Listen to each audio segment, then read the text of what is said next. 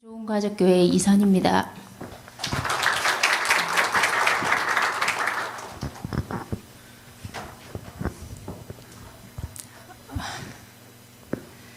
첫째가 대학에 입학하고 지난 시간들을 돌아보며 감사했던 것들을 나누겠습니다.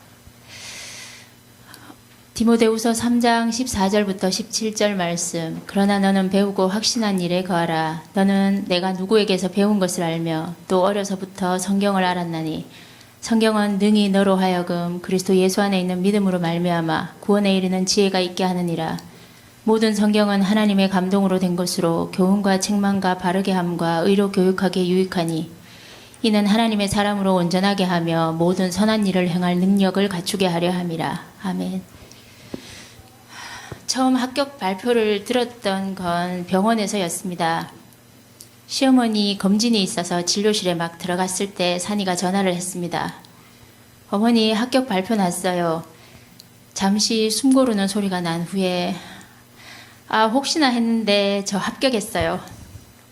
순간 저도 모르게 진료실 안에서 할렐루야라고 외쳤습니다. 그 반가운 소식에 저희 아버님께서는 통곡에 가까운 울음을 터뜨리셨습니다. 마치 초상이라도 난 듯이 모든 서러움이 쏟아져 나온 어린아이처럼 엉엉 우셨습니다. 남편에게 전화를 했는데 수화기를 통해서 여보세요라는 남편의 목소리가 들리자 저도 모르게 눈물이 났습니다. 잠시 동안 말없이 저도 울고 남편도 울컥하는 소리를 삼켰습니다. 그날은 그렇게 서로 얼굴을 보며 또 전화로 소식을 전하면서 울었던 날이었습니다. 어떻게 이렇게 감사한 일이 있을 수 있을까? 기대하지 않았고 될 거라 생각지도 못했던 일인데 지금 일어난 이 일이 잘 믿어지지 않을 만큼 너무 깊었고 말로 표현할 수 없을 만큼 주님께 감사해서 지나온 시간들을 돌아보게 되었습니다. 저의 자녀 교육의 목표는 말씀의 사람을 만드는 것이었습니다.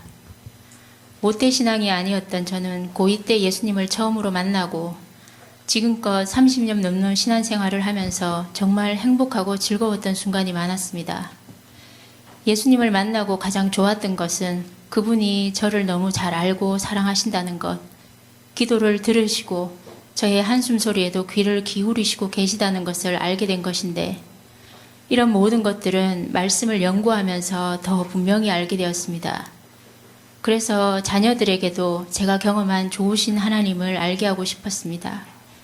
살아계시며 마치 사람이 이야기하듯 제 마음속에 말씀하시는 하나님을 아이들에게도 가르쳐서 아이들이 평생을 사는 동안 다른 것을 의지하지 않고 여호수아와 갈렙이 고백한 것처럼 나와 내 집은 여호와만을 섬기겠노라 고백하는 신앙을 만들고 싶었습니다. 그래서 어릴 때부터 말씀을 가르치고 성경을 읽어주고 암송을 하도록 했습니다. 혹시 아이들이 어려울까 그림 성경으로 시작해서 차츰 글이 더 많은 책으로 바꿔가며 읽어주고 읽히고 그렇게 단계를 거친 성경이 서너 번은 되는 것 같습니다. 지금도 아이들이 읽었던 성경을 그대로 집에 보관하고 있습니다. 어릴 적부터 성경의 이야기를 정말 재미있어 해서 얼마나 읽었든지 모든 성경이 다 헤어졌습니다. 아이들 셋 다 한글을 따로 가르치지 않아도 성경을 읽히고 읽어주면서 자연스럽게 깨우치게 되어 정확히 몇 살 때부터 글을 읽게 됐는지는 잘 기억이 나지 않습니다. 성경 암송도 시켰습니다. 시편 23편을 시작으로 신명기 6장 그리고 창세기 1장 혹시 부담을 느낄까 어느 한 장을 목표로 정하면 그 말씀을 1절지에 적어서 벽에 붙이곤 매일 한 번씩 그냥 읽게 했습니다. 그렇게 매일 읽다 보니 부담 없이 자연스럽게 말씀 한 장을 통으로 암송하게 됐습니다. 아이들을 말씀의 사람으로 만들고 싶은 간절한 열망은 목사님의 하여 교육과 만나면서 절정을 이루게 되었습니다.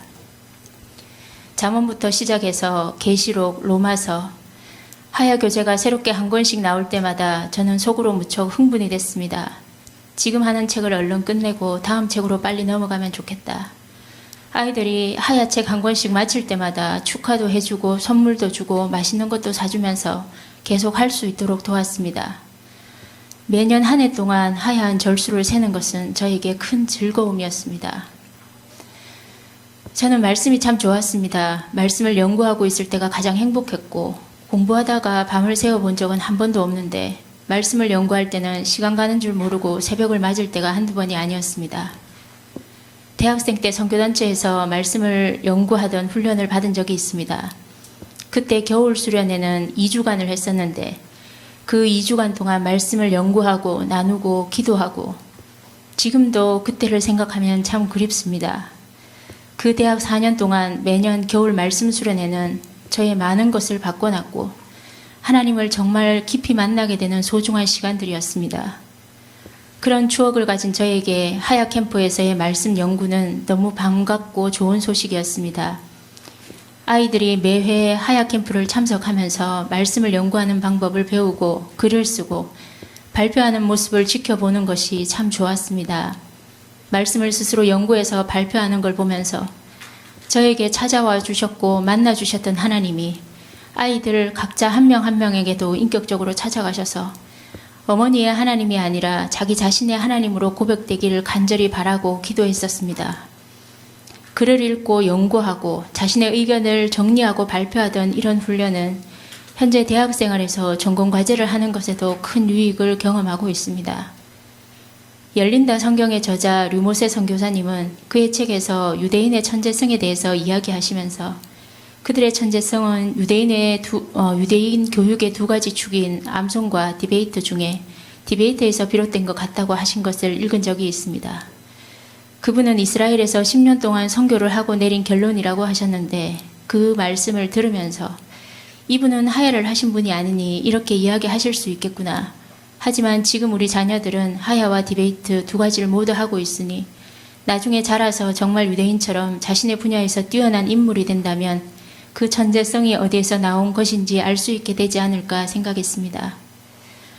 대학은 말씀의 사람으로 살아가야 할 아이의 인생의 한 단계라고 여기기 때문에 명문대나 좋은 학벌을 목표로 가르친 적이 없는데 좋은 학교에 입학하게 된 것은 모두 하나님의 은혜요 덤으로 주어진 선물이라고 생각합니다. 그런데 이런 질문을 해보게 됩니다. 만약 좋은 대학에 입학하지 않았어도 이렇게 감사하고 아이의 존재 자체를 기뻐하며 홈스쿨로 교육했던 것을 자랑스러워하며 감사했을까? 여전히 동생들을 말씀의 사람으로 만드는 것을 교과 교육보다 더 비중 있게 생각하고 가르쳤을까? 혹시나 아이의 성과를 부끄러워하진 않았을까? 그래도 당당히 대안교육이나 홈스쿨에 대해 사람들에게 자랑할 수 있을까? 솔직히 잠시 망설이게 될진 몰라도 대학 입학이란 성과가 없어도 동생들도 여전히 이렇게 가르쳤을 것입니다. 외조모 로이스와 어머니 유니게로부터 신앙과 말씀 교육을 받았기 때문에 바울을 통해 복음을 전해 듣고 예수님을 만난 후 바울의 뒤를 이어 사역을 감당할 수 있었던 디모데처럼 아이들이 어릴 적부터 말씀을 잘 배워서 예수님을 인격적으로 경험한 후 자신의 자리에서 하나님의 사람으로 온전하게 되고 선한 일을 하며 많은 사람들을 옳은 대로 돌아오게 하는 사람이 되기를 기대해 봅니다. 하지만 동년배의 아이들처럼 그런 교육 과정이 아닌 홈스쿨과 대안학교라는 방법을 선택한 것에는 힘들었던 순간들도 많았습니다.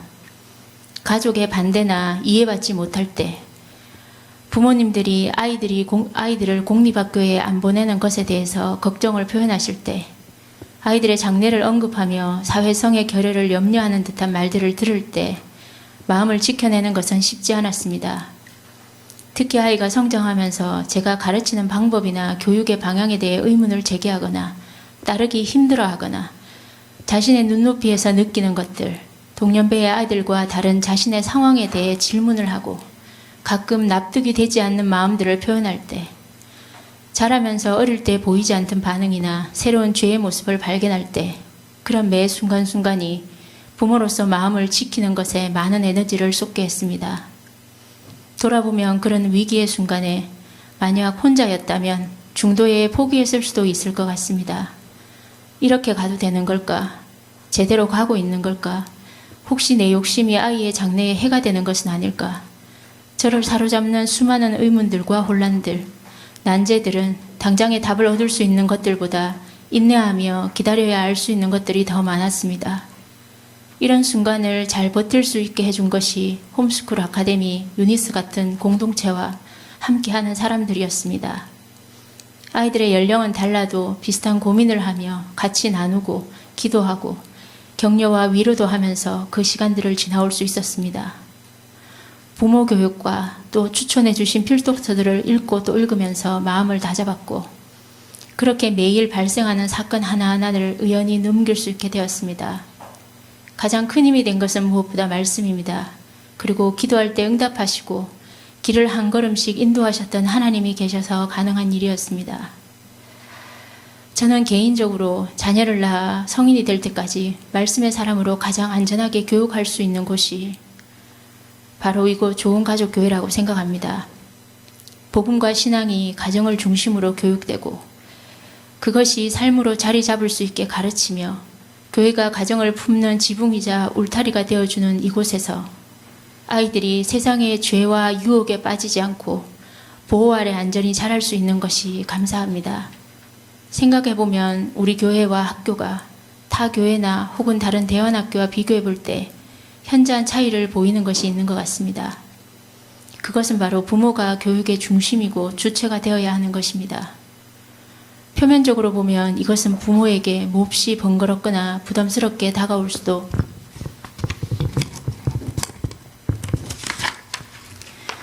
있을 것 같습니다. 그러나 자녀 교육의 책임을 부모에게 맡기신 분은 하나님이시며 부모보다 자녀에 대해 가장 많은 애정과 관심으로 잘 가르칠 수 있는 사람은 없습니다. 그렇기에 아이들 한 명 한 명의 변화보다 그들의 부모들이 먼저 변하길, 말씀의 사람으로 거듭나길 가르치고 요구함으로 한 명 한 명이 아닌 한 가정 전체의 변화를 돕는 것이 이곳이라고 생각합니다. 사실 이것은 무척 더디고 힘들어 보이고 사람들의 환영을 받기엔 너무 경쟁력이 없어 보이기도 합니다.